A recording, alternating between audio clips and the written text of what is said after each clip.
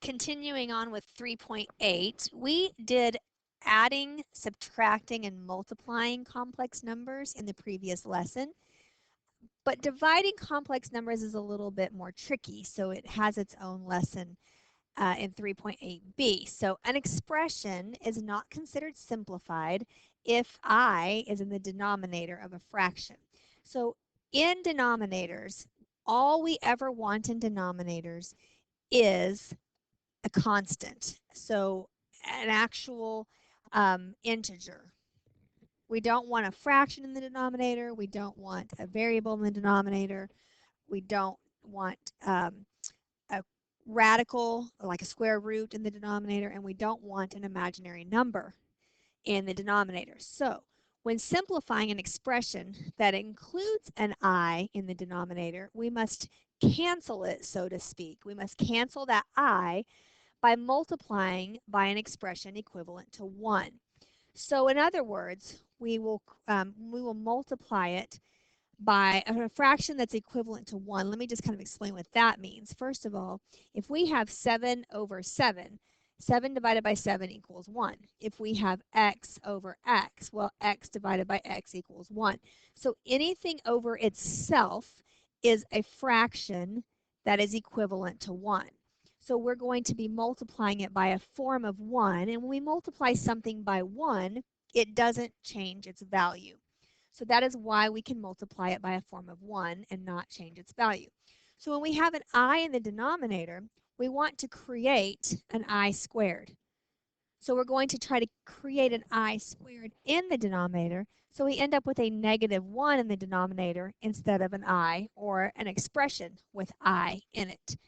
So we're going to start with just a couple of examples when we have a denominator that is a monomial. So in other words, it's just one term.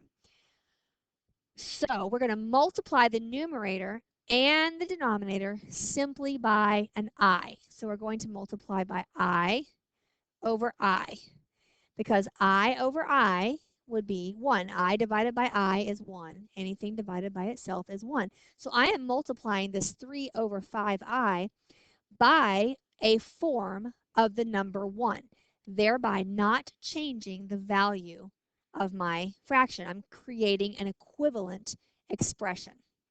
So when I do that, we just multiply. When you multiply fractions, remember you multiply straight across, numerators times numerators and denominators times denominators. So 3 times I is just 3i. And my denominator becomes 5. And then I times I is I squared.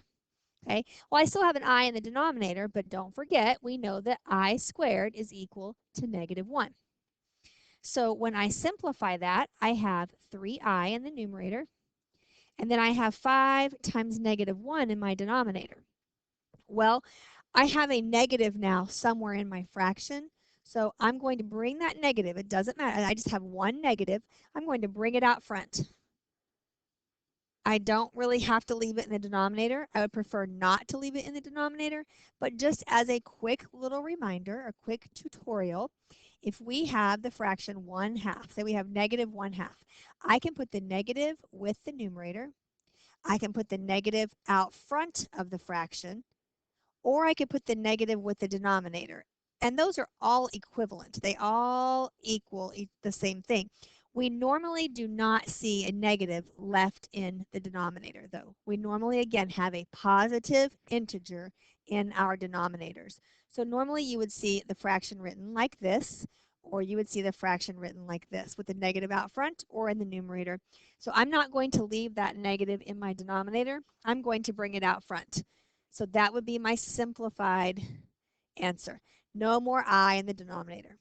So let's practice number 2. Again, I'm going to multiply by I over I.